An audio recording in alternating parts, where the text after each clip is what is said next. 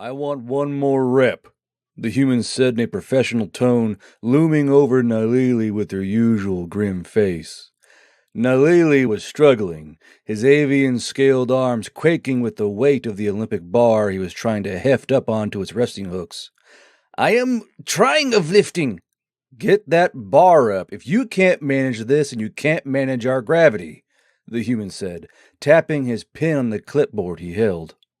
Nalili was an Optican, an avian species of spacefaring peoples that made their homes on multiple planets of the sub-far sector. Their minds were sharp, as were their technological advances, becoming so advanced that many Optican had never even seen grass.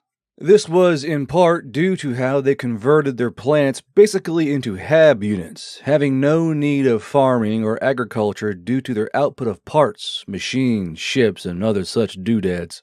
These were traded for high credit values, allowing them to just buy their food with ease.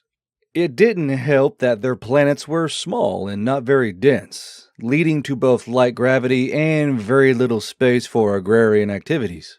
Their lack of resources propelled them into space at an extremely fast rate as they developed, and they managed to start harvesting nearby asteroids just in time to avoid their own society collapsing and dying. It had been a tight race, but they managed to just pull it off. Now they were an industrial powerhouse and made the finest engines in their side of space, and were masters at harvesting asteroids for their dense materials. This harvesting technology is what led them being invited to Earth, as the humans themselves were struggling with material harvesting and having proper ships. With the demise of the insectoid Daramir by human hands, a lot of planets owed the humans a favor, and had found it rather annoying to have the little iron monkeys running around on their ships during the war. It was more due to humans not being able to manufacture their own ships than anything else, and they were already propped up by the Optican harvesting the resources for them during the late stages of the conflict. It was the humans that kept the Daramir from destroying and consuming the Optican in the first place, and the avian species owed a great debt to the humans. Though, the Optican thought the humans rather physically boring as far as a species went and couldn't help but feel superior to them. The Optican had avian scales on their arms and legs, short talons on their avian feet, a short feathered tail, and double thumbs on their clawed hands. Their eyes were wide and sharp, coming in all manner of colors, while their hair was more like fine feathers that went all the way down their necks. They had skins sort of like the humans, but around the outside of their thighs and calves were more fine feathers, and their faces were elongated around the nose, remnants of their ancestors having beaks that eventually smoothed out into hard-plated noses with soft lips underneath. One thing the humans had in spades was muscle and strength, owing to their planet, while the Optican were a fine-boned, fine-muscled people that would rather pay mercenaries to fight for them instead. The Optican believed the humans were just pumping their soldiers full of chemicals to make them so strong, and held the firm belief that they were just dumb brutes who were a simple anvil for the Daramir to crash against. Opticans had no idea just how weak they were until they were invited to Earth, and a ship had crashed on its journey down to the surface. The pilots had been overwhelmed by the gravity of the planet, causing them to not only struggle to control the craft, but most of them actually blacked out despite their dampeners. The Opticans had never even considered that they may have been too weak for the gravity of the planet, as other spacefaring people had already landed and were running around the lush planet. Investigations over the craft even confirmed the arrogance of the pilots, who had switched off the warnings that skittered across their flight panels. It was disastrous, but thankfully the ships hauling around the actual engineers and dignitaries were able to punch back out into space in time, avoiding a far more serious tragedy. This led to a conundrum as the Optican ships lingered in space, but they had come up with a plan quickly. Using their far more advanced ships and technology, they sprinted back to their main homeworld of Subfar True and quickly set up a portable space station, then dragged it back to Earth within record time. The Opticon glowed and rustled their feathers in the shock from the humans, as they did nothing but praise the Opticon for both their ingenuity and quick thinking, and this did nothing but increase the positive reception from the humans. After all, if this species could slam together an entire space station and then drop it in orbit within only a few months, what else could they do? The biggest problem was, of course, how weak the Opticon were. They had been slowly made brittle over time in both space and on their weak gravity planets, never even considering using their artificial gravity machines to strengthen themselves over who knew how many hundreds of years. Humans found their feeble bodies rather distasteful, and wondered if the avian species could even keep up with them. The other species, like the Yorpal and Poit, were struggling as it was, but they at least had some muscle on them and could handle Earth's gravity by default. While the station orbited around Earth using complex atmospheric engines to anchor it in place, the humans set about toughening the Opticon up. The humans introduced the avian aliens to something they had never seen before, and the Opticon at first thought the humans were torturing them. The humble gymnasium was set up by humans shuffling equipment into the station via the ships provided by the Opticon, and personal trainers set to getting these bird people into shape. At first, the obvious problem was the lack of leg muscles and core chain, so that is where they started for the first few weeks, but switched to arms. The Opticon were not prepared for the insane amount of arm exercises the humans knew, throwing everything from kettlebells to barbells at them and working them through a rotation of exercises. The second problem was that humans could not adjust to such low gravity, one trainer accidentally launching a kettlebell into the roof decking of the gymnasium. It was still there, too. The station had to be split into two sections with two different gravity settings. One for the humans to relax in, and one for the Opticon so they could toughen up and survive. Eventually, the humans had to start wearing slightly magnetized shoes, just enough to catch the metal under the wood decking, so that they could stop losing their footing in the low gravity. Nalili was a gold plume engineer, a high rank amongst his kind, and he was suffering under the weight of the arm exercises. His mottled green feathers quaked while he worked through hammer curls, alternating cross curls, preacher curls, chest flies, reverse curls, front raises. Just how many arm muscles did these humans have? Today was something called a bench press, and while Nalili had mastered the English language in only a few days, he thought it should have been called the guillotine instead. This had made another French human instructor laugh. "Come on, up you come," his human said, tapping his pin on the bar so it made light ringing noises. "It's only 60 pounds. Up, up, up." Nalili struggled so hard he was cartwheeling his legs, pushing with all his might. When he finally locked out his elbows, he gasped out, "5!" "There you go," the human said, slightly pulling back on the bar with a single hand and helping Nalili rack it. "How are we feeling, Opticon?" Nalili's chest was heaving, sweat pouring down his skin and feathers. "I am feeling like death." "Good," the human said with a chuckle, then held out his hand to help Nalili up. "You're doing better than the leg exercises." Nalili puffed out a laugh as he took the human's single-thumbed hand, and the human hoisted him up with ease. His name was Stephen, a hard name to say since Nalili kept saying Stephen, but he was kind at least. The other humans seemed far more strict and intense, so he must have lucked out. "All right, we have to do another set of lumberjack squats. These are gonna work your legs and your arms," Stephen said, pointing to the landmine bar in the corner of the large gym where nearly 100 Opticon were working out. The other 200 either sleeping, eating, or laying face down on massage tables and crying. Nalili put on a brave face, then wiped a towel along his cheeks. "Okay, we are doing the lumberjack." Stephen chuckled, walking towards the landmine bar while muttering, "We are doing the lumberjack indeed." Perhaps mastered had been a strong word, he thought. He knew what all the words meant, but speaking in the same pattern was an issue that both he and the other Opticans were struggling with as well. Apparently, the humans found it cute, and weren't even trying to get the Opticans to change it, even demanding they keep their speech pattern. Nalili's feet clicked along the wooden floor, a favored material of the Opticans since they lacked actual trees nowadays on their planets, and he took up his position on the bar. He had to support the end of the bar on his chest with his palms under it, which was already making the feathers on his arms shake, then squat down, holding this pose for a few heartbeats before standing back up. His leg muscles screamed with the effort, and managed to do 20 reps before Stephen lunged forward, taking the bar in one hand and catching Nalili in the other. "Whoa there, Skipper, you can't go that hard yet," Stephen said as Nalili heaved in a breath, sparks popping in front of his eyes. When his workout was done for the day, Nalili went to his favorite area of the station, a large glass window that let him look down at Earth.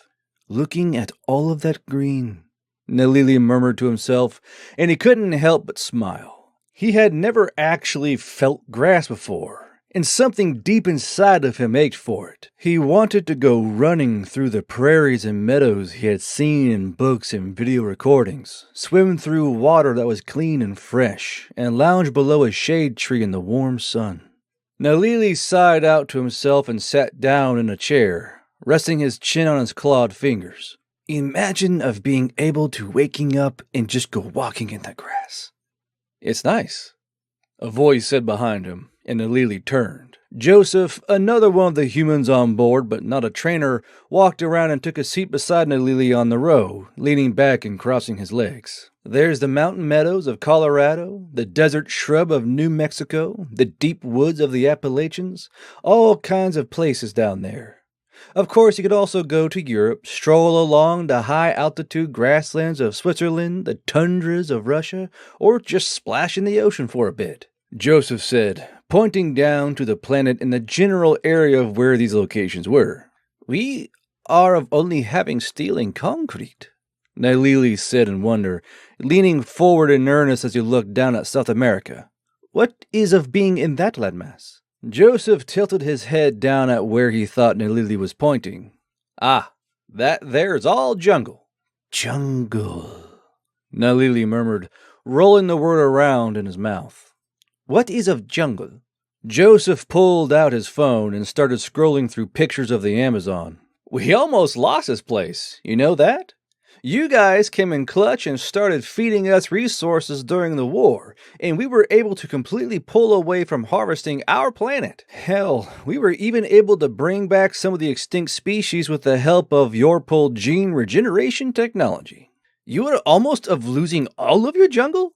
Nalili said in alarm, his feathers flaring in panic. "Is jungle of okay?" Joseph laughed, patting Nalili's shoulders. "Don't you worry. The jungle is doing better than ever. Frankly, we owe you guys a lot. We were about to start cracking open our planet before you guys stepped in." Nalili felt pride in what his people had done, in helping preserve this little slice of heaven that birthed some of the strongest soldiers he had ever seen in battle. "Where should I have going first?" "My personal answer?" Joseph said, leaning forward with Nalili and pointing down to the planet. "You should go to Crested Butte during the wildflower season. It has always been my favorite memory." "Wildflowers?" Nalili said in excitement, jumping to his feet with his enthusiasm managing to tamp down the quick burst of soreness in his limbs. "Are there of shade trees too?" Joseph smiled. "Yes, there are shade trees, plus a nice view of the mountains." Nalili stood in front of the window for a long time, his eyes darting back and forth across this planet of paradise. After 10 minutes, he looked at Joseph. "How close am I of being ready?" If you bust your ass and pass the gravity test and remember to take your calcium pills, 2 weeks?" Joseph replied, checking his data slate. Nalili grimaced. He hated those damn calcium pills. They tasted like dead animals and chalk, but they were designed to enhance and strengthen the anemic bone mass of the Optican. He nodded his head, though, then fist-pumped the air as he turned around to Joseph. Of 2 weeks, then, I will be of completing it. That's the spirit, Joseph said with a wide grin. I'll let Stephen know. Only the thoughts of walking through grass kept Nalili going, pushing through the leg press exercises, the squats, leg curls, leg extensions, low rowing, and those disgusting calcium pills. It was frustrating in some ways. Nalili could think circles around these humans all day long, but was just a mote of strength compared to their raw might. A lot of the Opticans challenged the humans to do the same workouts as them, and were quickly humbled by the trainers putting on a show of raw strength. The female Opticans were really intrigued when the male and female humans took off their shirts to show the avian species how the muscles worked, and a few of the male Opticans had to avert their gaze out of embarrassment. Nalili kept himself focused on his own goals, and after his 2 weeks of hard work, he was ready to take on the gravity room. There was artificial gravity on the station, set to Optican standards on their side in order to help them get used to working out at a far easier level, and it was a paltry level of technology that the Opticans could have done in their sleep. But the gravity room is where things took a turn. This room could be cranked up to the actual gravity of Earth, and a cocky Optican had broken both of his legs trying to attempt the room after just a week of working out. The room had obstacles within it, which were embarrassingly simple. Step over a small wall, crawl under a few poles, walk, jog, and run to certain points marked by color-coded markers. Lift simple objects and place them on a shelf. Operate ship controls, and, worst of all, survive 3 Gs of force in a device that spun around on a set of wheels. The spinning device honestly terrified Nalili. They had survived for years using directional force dampeners on their ships, making quick turns in space easy and reducing the risk of injury. Humans? Their fighter jets and their pilots could survive up to 10 Gs. This had been pivotal in decimating the Daramir during the in-atmosphere dogfights, and everyone else just simply assumed the human pilots had G-dampening equipment. Nalili remembered the collective intake of breath when both the Opticans and everyone else learned the humans were tanking raw Gs in just a flight suit, and it had caused a great stirring among the other people of the stars. Nalili remembered when a Poit had tried to ride passenger in one of the jets, and had nearly died during a 7G turn while the pilot had just laughed at 7 Gs. Now he was going to have to walk at a single G, something the other races did with ease. He had to be strong and make the Optican proud. Nalili stood in a line with the other Optican as they were led in 10 at a time, and it didn't take long for his fellow Optican to start coming out of the gravity room on stretchers. Thankfully, no one was breaking their bones this time, but they were simply crashing down to the deck in exhaustion. After 110 failures, Nalili was the first of his stick to go in.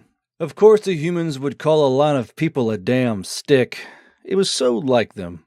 He remembered when a human had thrown another human a spoon and everyone had to duck and cover during breakfast. Brute strength and brute simplicity of mind. Nalili noticed the gravity room had changed from before, and the control stick test was first up on the line. Nalili stood at the front of the line as they entered the room. Then a warning buzzer chimed a few times, alerting the Opticans that the gravity was going to change. "Stay strong for our people," Nalili called out in their own vibrating language, then exhaled out harshly as the gravity hit them all at once. Nalili's eyes nearly vibrated as he forced himself upright, and he felt his newly bulging leg muscles straining against the gravity. Behind him, someone fell to the ground with a cry, but he didn't look back. "Of crested butte," Nalili muttered out in English, stepping forward with a sharp exhale as he sat in the seat. "Prairie flowers and shady trees." The simulation started, and Nalili powered through it, landing the cargo ship with little trouble. The light turned green, and Nalili sat up, his core muscles flexing as he did, and he soldiered on to the next step. It was a 3-pound box sitting on the ground, and he had to lift it into a green square on the shelf.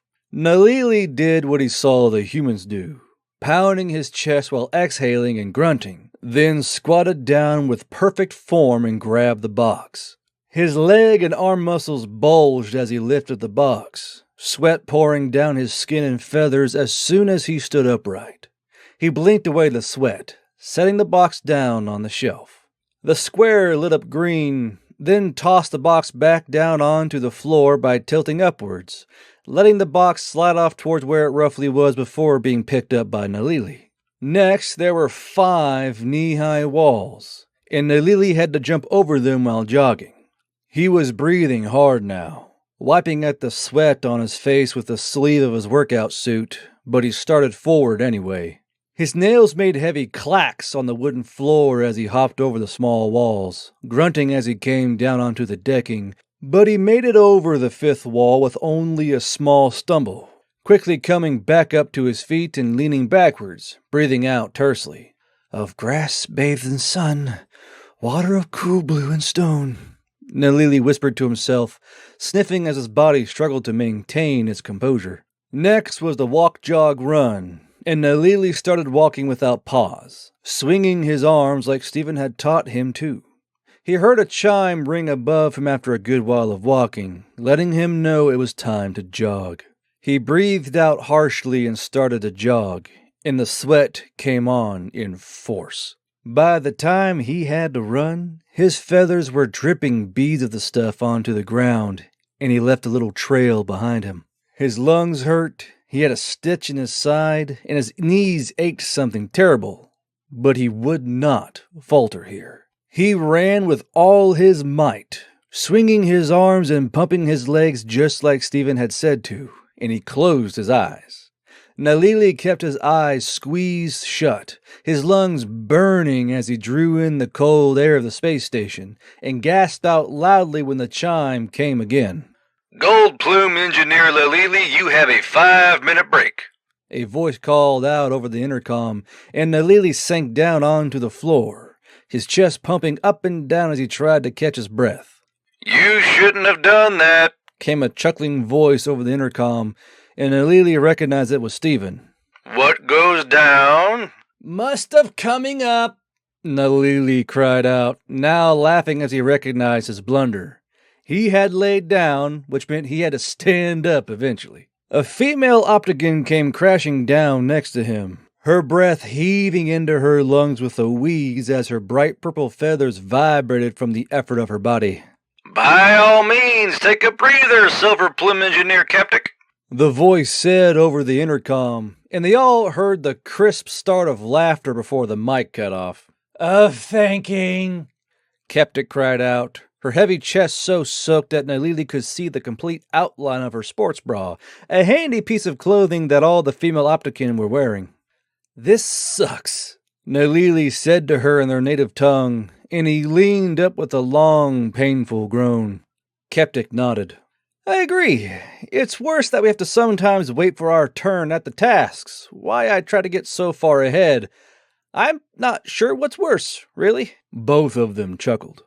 1 minute, Gold Plume Engineer Nalili," the voice said above them. Nalili waved his hand. Yeah, of hearing," he groaned, slowly getting back up to his feet and wobbled slightly towards the next obstacle. This was a new test, but one he already knew. The water bags. Before him were 2 one-gallon jugs of water, in plastic bottles of all things, and he had to pick them up, press them over his head, and place them back down, repeating the exercise 5 times. It was a struggle in Earth gravity, but the 5th rep was so tiring he had to let go early, the jug splashing down to the ground with hollow thump of water.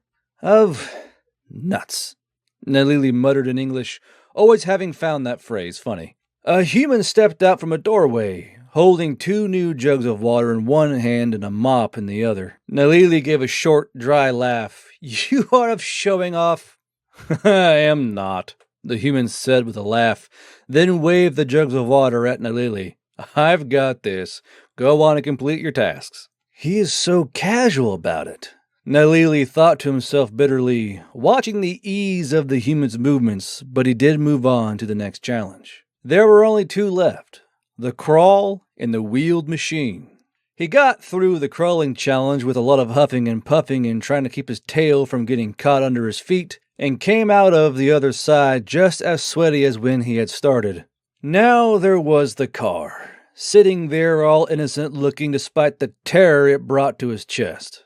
His heart hammered violently as he thumped down into the seat, strapping himself into the harness while breathing up towards the ceiling. He realized all of a sudden he was the first Optican to even make it this far, as a little dial on the wall read 0 below a sentence that read, "Opticans have arrived to challenge this station." The others had numbers, but this was still 0. At the far end of the wall near a door, another dial said 0, while its phrase read, "Opticans who have passed in victory. Welcome to Earth." Nalili glued his eyes to the sign, reading it under his breath. Welcome to Earth. He was so close, and his eyes widened with the realization. Gold Plume Engineer Nalili, prepare for your final test. The voice rang out from above him, and all the other Optican paused, turning in surprise to see Nalili at the far end of the room. Area clear. Begin speed test. The wheeled car shuddered, and Nalili sucked in a breath. "Of pretty flowers, colors of blue and purple," Nalili whispered to himself in a panic as the car began to speed up, the wind catching his feathers. "Of blue sky and sun of warmth and comfort." The wind began howling in a shallow close to the skull ears, the feather tufts on them rustling in the wind. "Of soft grass and smells of rain." His vision was beginning to blur as a small screen in front of him read out 2Gs, and his body felt like it was going to collapse. Darkness ebbed in at the corner of his eyes, but Nalili squeezed his thigh and stomach muscles, remembering what human fighter pilots did to combat the hard Gs. 2.5 Gs. He squeezed, then released. Squeezed, then released while quietly shrieking to himself, "Of running through meadows with palms touching grass heads." 3 Gs, the screen read out, then began a 10-second countdown. Nalili squeezed and released with all his might, closing his eyes as he focused on not passing out. He couldn't fail here, not now, not so close to the end. He felt like he was going to finally pass out when he felt the car begin to slow, and his eyes snapped open, his mouth gaping and sucking in loud, shuddering breaths. He stared wide-eyed as the car came to a stop, his body shaking from the pure adrenaline running through his veins, and he heard a soft ding from the wall. Nalili looked, and there upon the counter now stood a 1, and the light had turned green. Just of walking out? Nalili asked Josephine, the female human holding open the door for him. She shrugged. I mean, you could crawl, but I think walking is better. Nalili laughed and leaned out of the wheeled all-terrain vehicle, his taloned feet clicking on the roadway. It had taken a few more weeks of getting used to the Earth gravity side of the station, as well as a few more tests, but he was finally here. He had asked for a single day before he started work, and it was happily granted. The lovely brown-haired woman named Josephine had even volunteered to drive him out to this little grassy area of Crescent Butte, and he was finally here. Nalili started to cry as he stepped forward, the hard gravity of Earth feeling feather light as he stepped out into the grass. He felt his soul fly as he let out a sob, coming down gently onto his knees and running his hands along the flowers. To think that humans almost had to lose all of this to make war materials, to become like his own planet. Nalili let out a wet laugh as he leaned down and sniffed at the flowers, their scents filling his head like the sweetest perfume. "Is it like you imagined?"